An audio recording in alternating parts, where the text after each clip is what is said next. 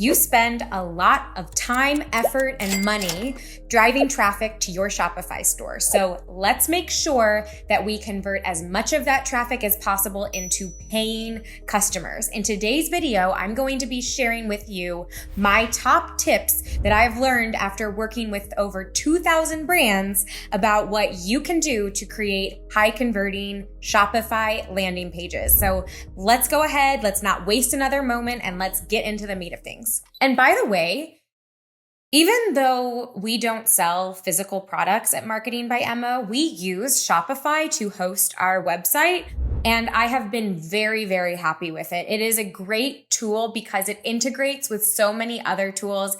It has payment processing built right in, and it's very easy to build upon and create a site that you want to create. So I am a very happy user of Shopify. I believe we switched in 2019. So we've been using Shopify for 5 years, and many of the top e-commerce brands agree. So if you're not on Shopify or you're thinking about what platform to use, I definitely give it my seal of approval for what it's worth.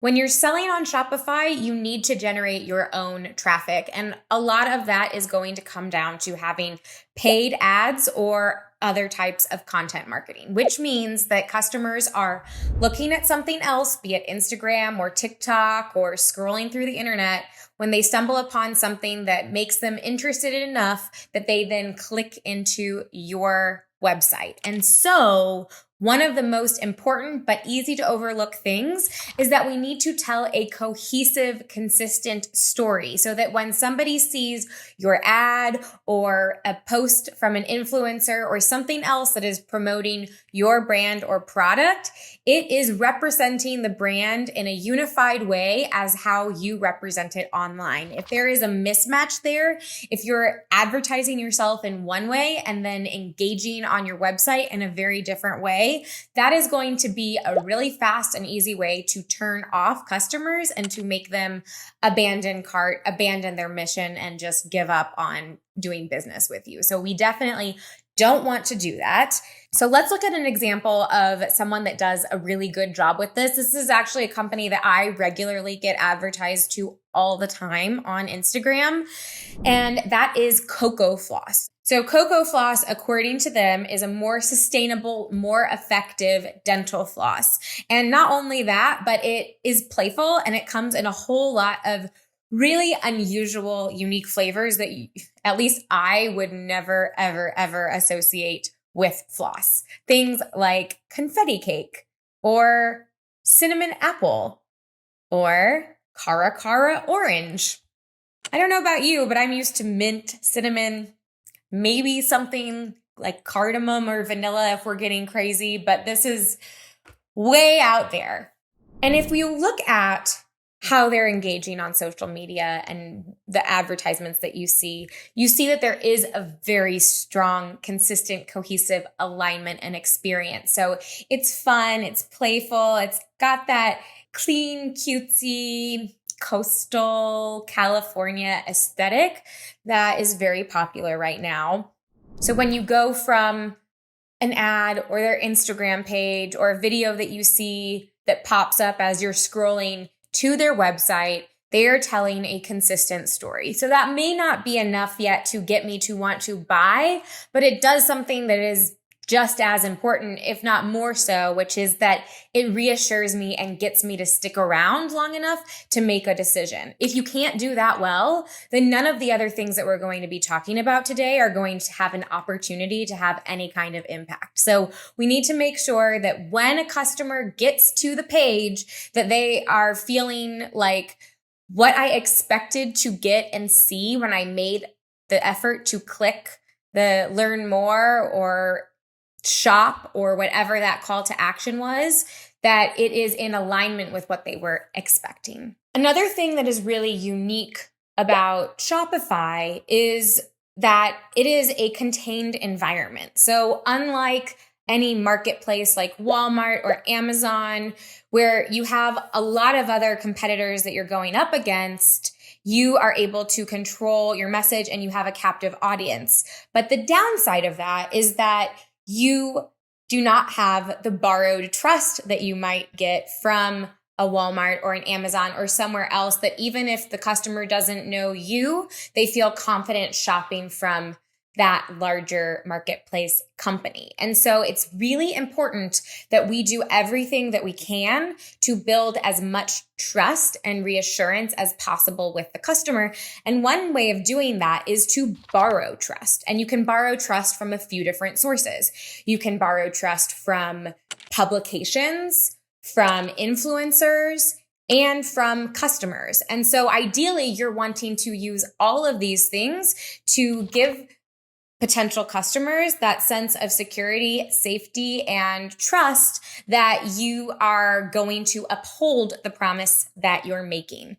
So Broovy, I believe that's how you pronounce it, this is a more expensive product. So the requirements, of course, the more expensive something gets, the higher level of trust that is going to be required. So if I'm buying something for $5, it may not bother me as much if it's going to fall apart after a few uses. Whereas if I'm spending $500, then I'm going to have higher expectations of that item's performance. So with something like Broovy, this is something to brew your coffee. It's apparently remarkably tastier.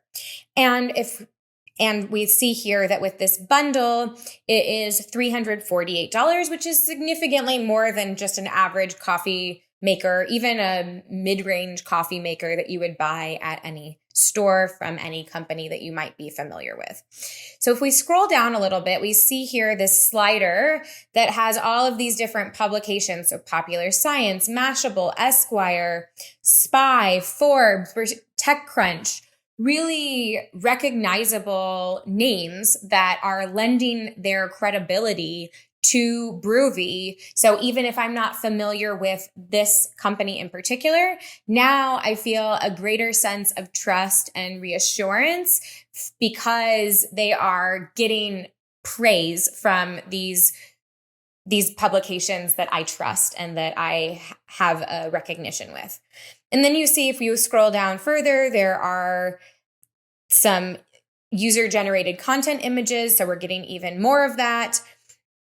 And then, of course, we have the reviews at the bottom, which is another way of giving that trust and getting that borrowed trust. In this case, that's in the form of social proof, which is something that we'll go into a bit more later. But this is a great example of how to use borrowed trust to really give people a greater sense of confidence in your company.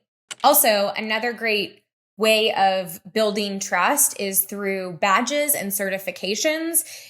Things like Leaping Bunny certified, B Corp certified, companies like that are recognizable and that stand for a certain set of values and ideals can be another way of not only gaining that authority, but also speaking to customers who care about something in particular. And that becomes a signal for them that you are now a company that upholds those same values and that you are trustworthy. So now let's dive into something on the creative side of things, which is you need to make sure that you are presenting everything through very benefit forward copy. And to demonstrate that, we're going to go back to Broovy because I think that they do a pretty good job of this. So remarkably tastier coffee. So we're not just talking about how it brews the coffee or what the process is or how it makes coffee taste so good, but it's really speaking to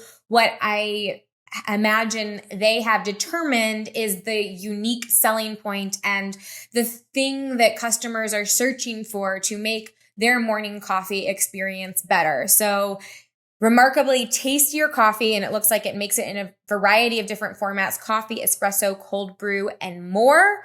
And it has their guilt-free toss bee pods, which are an alternative to the disposable K-cups. If we go further, we see 100% Broovy brews better tasting coffee, brews coffee with noticeably less bitterness, has improved their coffee routine, offers a better pod disposal solution. So this is a little study that they did that is really just their way of being able to combine social proof with this benefit forward language to speak to the primary reasons why somebody would want to invest money in buying their coffee brewing system, which is more than just the machine itself, but also these guilt-free toss bee pods, which I feel like they could go back to the drawing board with that name. It's really a mouthful that does not flow smoothly off the tongue. Without a doubt, one of the most important things that every website needs is really amazing imagery. You need imagery that is going to engage the senses, give people a solid understanding of your product so that they can imagine interacting with it once they have it in their lives. Because the internet does not allow you to touch, feel, taste, and engage with products, obviously, you need to be able to do that through visuals. And so I have unfortunately uncovered a company that doesn't do a great job of this, but we're going to contrast it and see what great imagery looks like. So I'm sorry to tell you, Taza Chocolate, you make delicious chocolate, but your website needs some love. I am looking right now at the Triple Nut Crunch, which I know that they have a really interesting traditional way of grinding their cocoa beans and making their chocolate that makes them very distinctive. And there's no mention of this anywhere on their website. So just as an aside, their copy as well could definitely use some love and attention because it is not doing their chocolate justice. But when we look at this, we see that there are just 3 photos. One is of a single bar.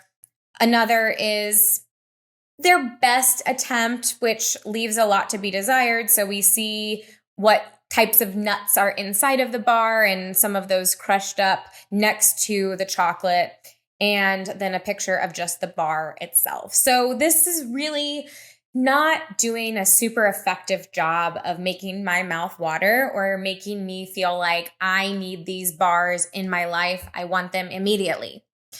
And you'll really understand what I mean when we pop over to comparte. I believe you would say comparte, but don't quote me on that. So these are gourmet chocolate bars and their photos are gourmet. So I even love that their main image, it has partially unwrapped. So we see the texture and we see that this is not your typical chocolate bar. The next image is this beautiful photo of a crushed up chocolate bar along with what's inside of it. So we see pictures of the donut. We don't necessarily see the coffee, but in the next image we do. We see the coffee, we see the donuts, and we're really getting a feel for this is going to be the flavor experience that you're unlocking with this chocolate bar. So it's beautiful. It's mouth-watering, it's enticing, it makes me want to try this now. And then I also love this how it's made section, where if you scroll a little bit further down, you see LA since 1950, handmade daily, and they're holding it upside down. So you see that melty chocolate dripping. Another picture showing all the fresh fruits and nuts. And then these beautiful individual chocolates as well that are demonstrating a variety of their different types of products. So it's a little bit of a subtle upsell or cross sell as well. You might see these donuts and chocolate bar, but also realize that there are so many other delicious flavors and formats to choose from. And so when we go back to Taza, it just looks so sad. It looks so uninviting, and it's not doing what it needs to in order to really connect with a customer and make them feel like, I've never tasted Taza, but I can't wait any longer and I need to buy this now. That's what really powerful imagery can do. And you see, this is not cheap chocolate. This is $10 chocolate versus Taza's is $6. So you also need customer-centric language. And in general, you need to put the customer at the center of everything that you're doing. And that requires that you understand who your customers are so that you can target your messaging specifically to them. So now let's look at a little bit of a quirkier brand, Meow Tweet. Such a silly name for a deodorant and hygiene company product line. But we see that their quirky name also aligns with their very quirky packaging and all of the rest. So no more fingers in your armpits. Not only does it work, but the packaging is biodegradable. So we're seeing here that there are a few elements that are very important to people. Both the fact that this is a little bit playful and quirky. We're not trying to be serious about our deodorant. We are enjoying things and a little bit more alternative, which is then represented in this very strange thumbnail of this video when we scroll farther down. I'm still not clear on what that's trying to demonstrate. However, they know who their customers are and they understand that this is going to give them a smile or be appealing to them. So if they were to just have very generic sounding language, then there really wouldn't be anything that would differentiate them from the million other, well, not million, obviously that's an exaggeration, but the many other natural deodorant brands out there. It's not inexpensive. $14 for a stick is on the pricier side. So they need to justify that. And I imagine that they do that also through their sustainability, which they have this multi-purpose manifesto of the places that you can use it, the breakdown of the fact that the packaging is compostable, and even talking about your deodorant sticks shouldn't outlive you. 5 reasons to switch to plastic-free deodorant. So they're clearly connecting with customers around a sense of humor and around a set of values that are important to them. And they express this very clearly and really put that front and center at everything that they're doing throughout the entire product page. So that if you already have those values, you're engaging with them, or you see them recommended by a blog that talks about this company, you go to their website and you feel yourself represented in this product page, then you are more likely to want to buy because you don't feel like they're just trying to sell you something.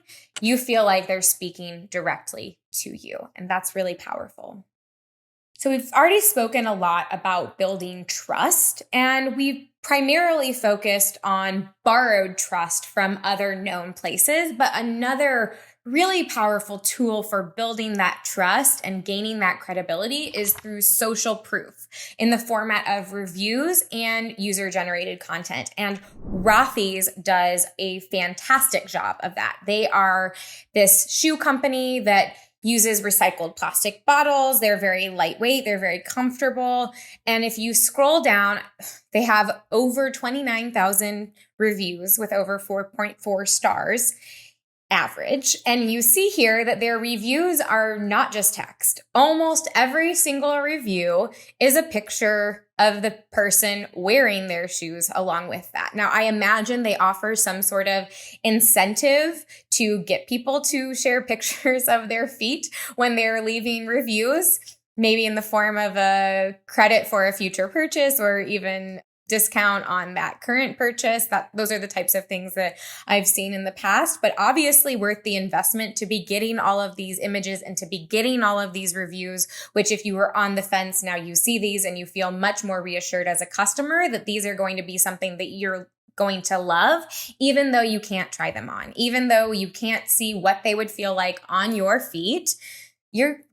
You're going to feel more compelled and more convinced that this is not going to be a waste of your time and money to purchase. If you're noticing a theme here about trust, then you're probably not going to be surprised by the next one, which is that you need to make your return policy and your guarantee very clear. Because people cannot interact with your product in real life, most customers are going to be unwilling to spend a lot of money, or what they would consider a lot of money, for a product that they don't have confidence with. And so people expect to have some sort of return policy or guarantee if they are taking a risk on you, and you need to put that front and center so that customers don't have to go searching for it or have any sort of uncertainty about whether they're just going to be left high and dry if they find that this product doesn't fit their needs. So Rothy's right at the top, free shipping on all orders and 30 days to return or exchange, excluding final sale items. And then it nicely links to more detailed description of what their return policy looks like. So on the flip side, if we go back to Meow Tweet, they don't make their return policy quite as visible or available. So I would actually encourage them to embed that within the product page itself. So we have to click over into their FAQ and we see that they don't have quite as forgiving of a return policy as some other companies, but they explain why that's the case. And I believe that they would probably have better interactions with customers if they were to put this on the product page, because the worst thing that could happen would be for somebody to make a purchase, not know that, and then find themselves upset and angry and disappointed that they were unaware. Whereas if they were to see this at the time of adding to cart, then they understand that decision that they're making, but they also have this reach out if you're unhappy disclaimer. So it gives still that reassurance and trust of, okay, well, even if I can't return it, they want to make sure I'm happy. So they will help me arrive at a solution that is going to make me feel good. So there are ways to still build trust and give that reassurance without offering a no questions asked return policy, which of course may not suit every company. I wouldn't expect chocolate to be returnable, for example. But Compartes does have a no melt guarantee. So they're not saying that if you don't like it, send it back. But what they are saying is, we know that you're spending a lot of money on chocolate and that this might be for a gift or something that you're really excited about. And so we want to make sure that you're going to have confidence that you get your chocolate bars exactly how you want them to be. And if not, then we will make it right. Groovy is also this higher priced item. So they have a 60-day no questions asked return, a 1-year warranty. They put all of that above the fold at the very top. And then if you scroll further down, they reinforce that because they understand they need to make sure that customers feel confident investing this amount of money. If they decide that it doesn't actually make tastier coffee, then they're not going to be stuck with a very expensive item that they don't have a use for. A nuts and bolts thing that you must do is you must detail exactly what the customer gets or what the ingredients are. Any of those need to know details need to be very visible and easy to find so that people are not having to work to get the information to determine whether your item fits their buying criteria and what they're looking for.